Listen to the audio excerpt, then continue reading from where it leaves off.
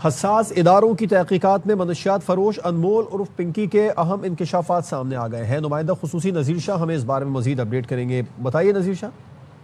देखें, अनमोल उर्फ पिंकी की जब से गिरफ्तारी हुई है, हर रोजाना पहले किसी केस में इंकशाफात होते थे, लेकिन यहाँ पर हर घंटे के बाद एक नया इंकशाफ सामने आता है। और इस वक्त जो इंकशाफ सामने आया है उसके मुताबिक जो इंक्वायरी की गई है उसमें ये बात सामने आई है कि कोकेन नेटवर्क के तकरीबन 700 से 800 सार्फिन जो बताए जा रहे हैं वो मौजूद थे, जो कराची में थे। और जबकि एएनएफ इंस्पेक्टर एहसान भाई का उन्होंने बताया कि नासिर को हिरासत में वो लेता रहा। जो इंस्पेक्टर एहसान है वो उसके अनमोल के भाई नासिर को हिरासत में लेता रहा और रिश्वत लेकर छोड़ता रहा।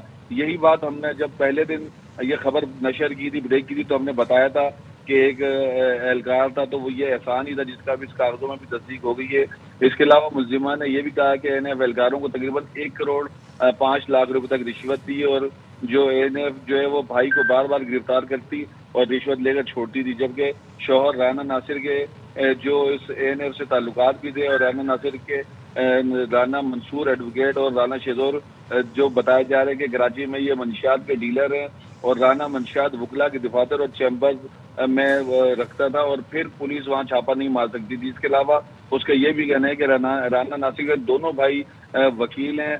इसके अलावा इस रिपोर्ट में ये भी बताया गया है कि जो साउथ के मुख्तलिफ थाने, जिनमें 2 से 3 थानों के नाम भी बताया गया, जिनमें दरख्शां, गिजरी और बोर्ड बेसन, इनको लाखों रुपए रिश्वत दी जाती थी।